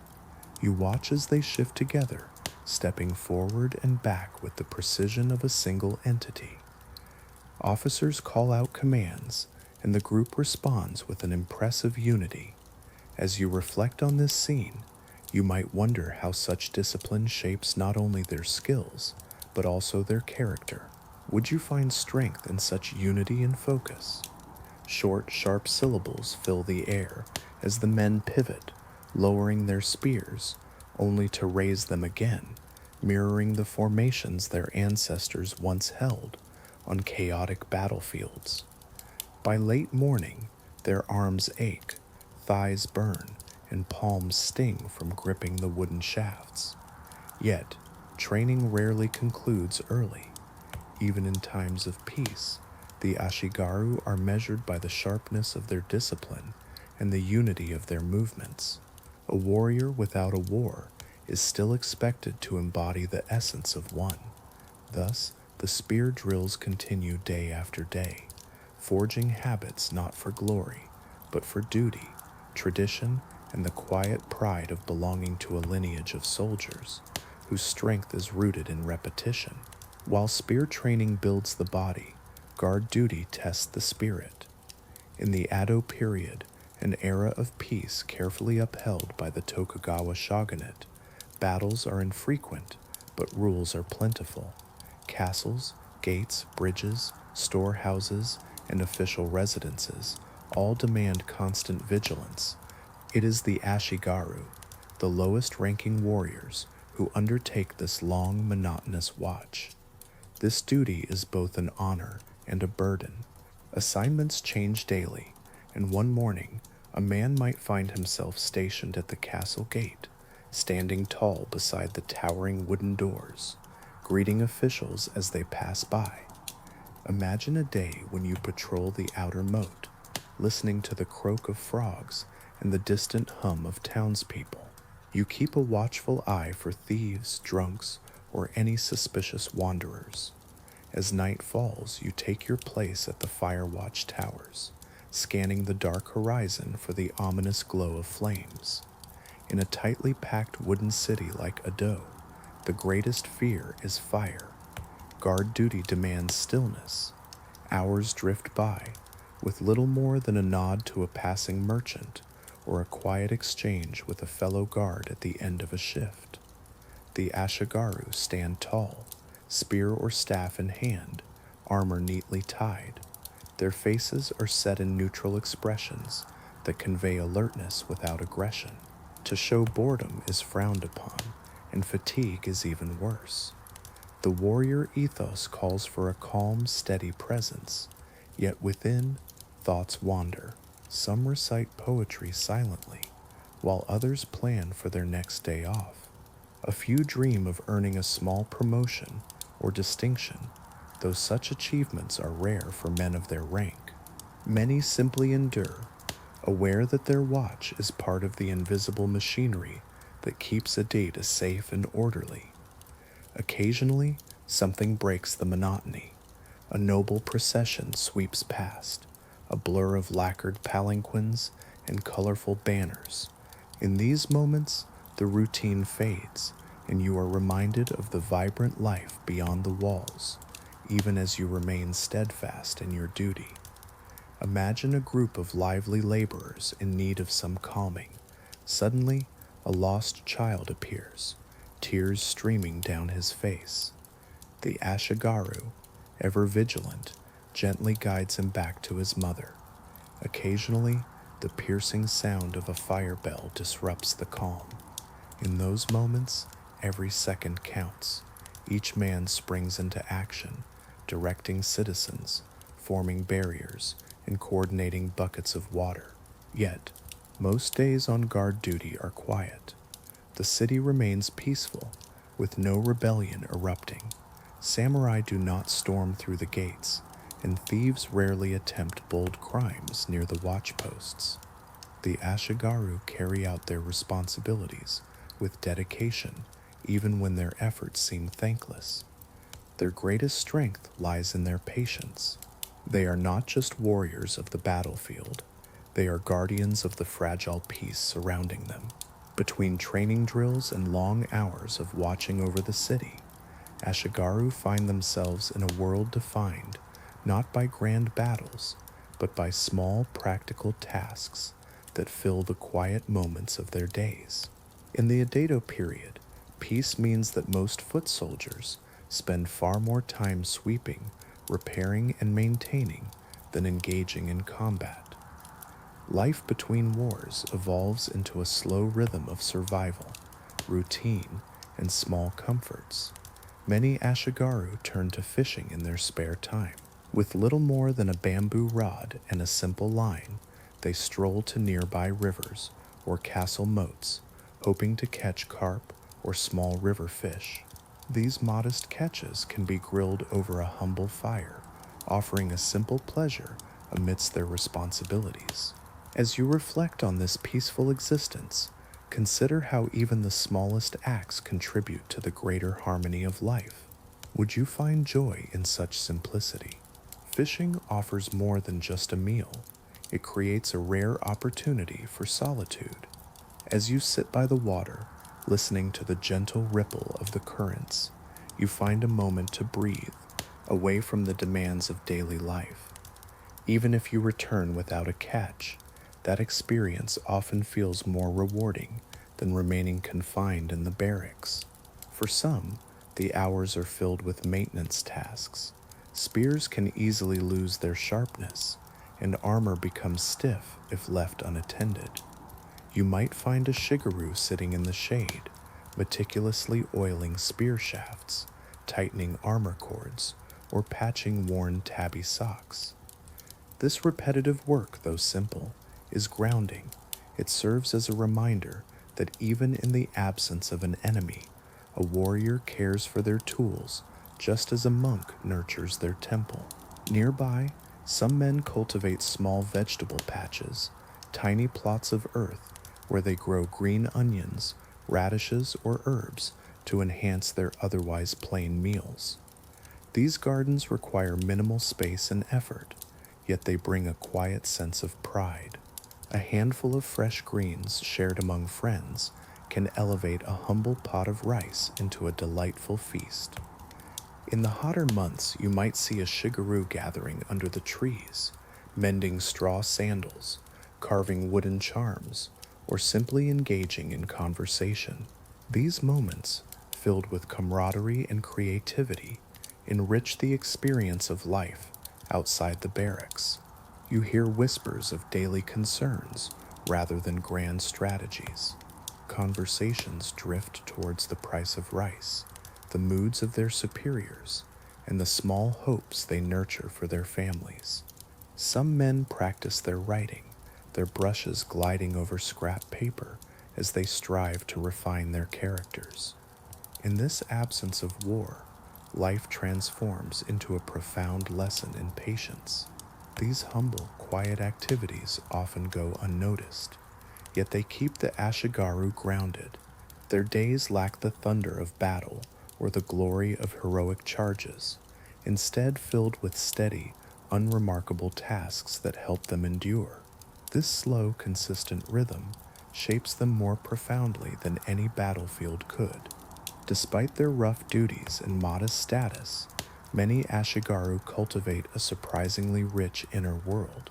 The long peace of the Edo period grants them stretches of time between responsibilities, hours that could easily slip away into boredom or restlessness. Yet, many choose to turn inward, embracing the arts that have long been cherished in Japan. Among these, haiku writing and simple calligraphy emerge as gentle companions in their otherwise structured lives. The appeal of haiku lies in its simplicity and clarity, resonating deeply with the Ashigaru. It asks for no extravagant ink, no costly paper, and no advanced education. Instead, it requires just observation, honesty, and a moment of stillness. After a long day of polishing spears or standing guard at a castle gate, a shigaru might find solace beneath the barracks eaves, listening to the wind whisper through the bamboo. In that serene space, he can distill a feeling, a season, or a fleeting moment into just 17 syllables. It could be the image of a frog leaping into water, the creak of an old gate at dusk, or the lantern light trembling on a rainy night. These aren't the grand themes of noble poets. They reflect the small truths of a soldier's daily life. Writing haiku isn't about impressing others. It's about finding grounding, capturing a fleeting breath of clarity in a world dominated by order and obligation. Calligraphy, though more demanding, offers a similar sense of peace. Ashigaru often practice with simple brushes and diluted ink to stretch their supplies. They trace basic characters repeatedly, their strokes flowing with slow precision. The aim isn't perfection, it's improvement, an exercise in quiet discipline that mirrors their martial training. Each brushstroke requires balance, breath control, and a steady hand. In many ways, it becomes another form of combat training, a battle against impatience, distraction, and self-doubt. As you reflect on these moments, consider how you might find your own stillness in the chaos of daily life. Some Ashigaru kept personal diaries, capturing their thoughts, weather patterns, or small daily events. Others exchanged poems with fellow soldiers, fostering quiet connections in a communal life where privacy was a rarity. Even those who struggled with reading and writing would sometimes ask friends to compose poems for them, preserving shared moments on paper. These artistic expressions eased the mental strain of life in the barracks. They allowed the Ashigaru to remain warriors without becoming hardened figures. For men who spent their days polishing weapons seldom used, art served as a gentle reminder that beauty exists beyond duty. A soldier could still be a human being, filled with thoughts, emotions, and a subtle yearning for meaning. In a peaceful time when swords remained sheathed, it was often the ink brush, rather than the spear, that shaped the heart of the Ashigaru. Although these warriors lived under the strict discipline imposed by their lords, their deeper sense of balance came from something quieter: faith. The Edo period was a time when everyday life intertwined seamlessly with spiritual practice. Even for low-ranking warriors, who rarely faced battle and often dealt with uncertainty about their futures, shrines provided a steady sense of grounding. Prayer, ritual, and simple gestures of devotion weave through the fabric of daily life, shaping emotions just as much as training or guard duty. In every castle town, small Shinto shrines nestle beneath tall cedars or alongside quiet paths. During moments of rest, Ashigaru often find solace in these shrines. They approach the wooden torii gate with bowed heads and measured steps, washing their hands in the cool purification basin. The water flows over their calloused palms, a refreshing reminder to clear their minds. Within the shrine grounds, the world seems to take a breath. Crickets chirp, leaves sway gently overhead, and wind chimes tinkle softly. Here, the rigid structure of barrack life begins to loosen its hold. Ashigaru clap twice, bow deeply, and whisper their modest hopes, hopes that are rarely grand. Some seek health or favorable weather, while others think of families in distant villages. A few simply ask for the strength to endure another year of duty. As evening falls, lantern-lit paths glow softly, guiding Ashigaru to local Buddhist temples. Buddhism offers them a moment of introspection, a gentle reminder that suffering and hardship are part of the natural cycle of life.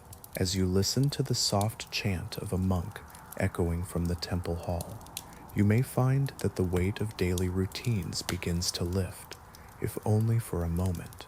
Seasonal festivals hold a special significance, especially during the new year.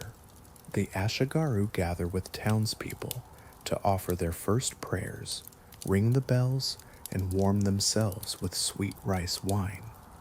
In the summer, they visit shrines during lighting small lanterns to honor their ancestors. Though they are soldiers, They engage in these traditions just like anyone else, humble visitors seeking a connection to something greater than themselves. Their spiritual practices are not grand or dramatic. Rather, they are gentle, woven into the fabric of their daily lives. A bowed head before duty, a small talisman tied to a spear shaft, a whispered haiku that serves as a prayer. These moments are reminders that the Ashigaru are not merely workers in armor, but individuals shaped by tradition and belief. In an era of peace, where the echoes of battle fade into memory, it is often the shrine that nourishes the warrior's soul, rather than the battlefield. Life as an Ashigaru is not glamorous or heroic, nor is it adorned with the sweeping legends sung about higher-ranking samurai. Instead, it unfolds within the barracks, long wooden rooms filled with straw mats, clattering bowls, and shared routines. Take a moment to reflect on the simplicity and depth of these experiences. You might find that even in the quietest of lives, there is a richness waiting to be discovered. A different kind of strength unfolds. Camaraderie blossoms, a brotherhood built not through battle, but rather through the shared experiences of boredom, duty, and the subtle challenges of daily life. Here, the men live shoulder to shoulder, with little room for privacy. Every sneeze, sigh, or restless shift at night is heard by all. Instead of creating distance, these close quarters weave the soldiers into an unusual, informal family. Arguments arise, of course, often about chores or who borrowed whose tools without asking. Yet these disputes rarely linger. Life in the barracks is too intertwined for grudges to take hold. On languid afternoons, the Ashigaru share snippets of their lives back home. One man reminisces about the rice fields of his village, another speaks of siblings he seldom sees, while yet another dreams of a wife he hopes to marry once his wages improve. These aren't grand tales of heroism, they are simple glimpses into quiet lives waiting just beyond the barracks walls. Listening to one another becomes a source of solace. The older Ashigaru often take on the role of unofficial mentors, sharing practical advice. They teach how to knot armor cords securely, how to stretch rice rations when pay is delayed, and how to fold bedding quickly to avoid reprimand. In this shared existence, strength is found not just in arms, but in the bonds formed through understanding and support. Their guidance reflects a wisdom born from years of accepting the reality of their positions, a desire to shield younger recruits from unnecessary hardships. As evening settles in, a special warmth envelops the barracks. Lanterns glow gently, casting soft yellow shadows on the wooden floors. Some men gather, sipping cautiously from small flasks of affordable sake, aware that drunkenness is strictly prohibited. Others engage in simple board games like shogi, their pieces gliding quietly across worn wooden grids. Laughter emerges in low, muffled bursts, never loud enough to disturb the officers, yet just enough to ease the tension that training has instilled in their bodies. On colder nights, when the wind howls outside, the Ashigaru huddle around the hearth. They share roasted chestnuts, exchange gossip about their superiors, and debate which local festival boasts the best food stalls. In these moments, hierarchy fades away. They are no longer defined by ranks, but united as men standing together against challenges. This camaraderie doesn't necessarily make life easier, but it does make it bearable. In a world where war is infrequent and advancement is slow, companionship becomes the Ashigaru's most vital source of resilience. Their battles may have been few, yet their brotherhood remains unwavering. As lanterns flicker and the barracks settle into a hush, a peculiar truth lingers in the minds of many Ashigaru. They are warriors without wars. The Edeto period unfolds as an era defined by peace so profound that entire generations of soldiers never experience battle. Their spears remain polished but untouched, their armor well kept yet unmarked by conflict. While this peace spares countless lives, it also fosters a quiet tension within those raised to fight, but now asked merely to endure. Samashigaru embraced this reality with appreciation. Peace brings stability, regular meals, reliable pay, and the comfort of routine. They can age without the fear of perishing on muddy fields beneath enemy arrows. They can complete their duties and wander to shrines, fish in rivers, write poetry, and build small futures possibilities that chaos would have snatched away in earlier times. For these men, the absence of war is a true blessing, yet for others, it weighs heavily like a stone concealed beneath their armor. The stories of past battles, the tales of valor recounted by fathers and grandfathers who fought in the Sengoku period, resonate more vividly in their minds than the tranquil rhythms of daily life. Young recruits train with fervent intensity, each secretly yearning for a moment of danger to arrive. Yet, that moment never comes. The shogunate's peace remains unbroken, and the Ashigaru's spears are aimed only at practice dummies in the still air. This contradiction shapes their existence. They are trained to protect, yet seldom given the opportunity to demonstrate their worth. Days stretch on, filled with discipline, humility, and patience, virtues demanded by their time. Perhaps it is this quiet perseverance that allows Edeto society to thrive. Warriors who do not engage in battle become guardians of order, stability, and public life. Their presence at gates, temples, warehouses, and bridges serves as a reminder that peace is not a mere accident, it is upheld by countless vigilant eyes. As the nights grow cold and the barracks whisper under the wind, Ashigaru often find themselves awake, gazing at the faint glow of dying embers. They ponder the legacy they will leave behind. There are no tales of battle, no heroic banners, and no songs sung in their honor. Yet, in the tranquility of their long duties, in the loyalty they uphold, and in the quiet strength they carry through years of uneventful service, they shape an era more profoundly than they realize.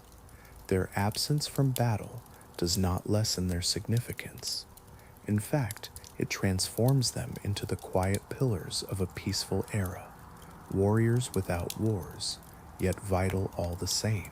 Picture yourself wandering down a narrow Roman side street, one of those tight alleys where buildings lean in like gossiping neighbors. Eventually, you will discover it, a pop, the vibrant heart of working-class Rome. You hear the life within before you even catch a glimpse. Laughter spills from the doorway, mingling with shouts, the clatter of bowls, and the muffled thud of feet shifting on worn floorboards. As you push aside the wooden curtain or slip through the uneven entrance, you enter a realm that starkly contrasts the marble-clad villas and polished forums that typically symbolize Rome. Here is where the authentic city comes alive. The first thing that envelops you is the scent. A thick, smoky haze lingers in the air, produced by oil lamps and small clay stoves. The sharp, sour aroma of inexpensive wine intertwines with the bubbling lentil stew and the unmistakable tang of hot garum, Rome's beloved fermented fish sauce. It sizzles in pans, permeates the air, and clings to garments so tenaciously that regular patrons carry its essence long after they depart. Some even jest that you could trace a man's social class simply by following his garum cloud. Imagine stepping into a bustling papina, a small eatery where space is a precious commodity. The room is barely big enough for a counter, a stove, a few shelves lined with pottery, and a handful of benches crammed into corners. Yet, somehow, 20 people managed to squeeze in, their bodies pressed together, shoulder to shoulder. The atmosphere hums with energy. You can hear dock workers savoring hearty stew, beggars warming their hands over flickering oil lamps, and gamblers in the back rolling dice,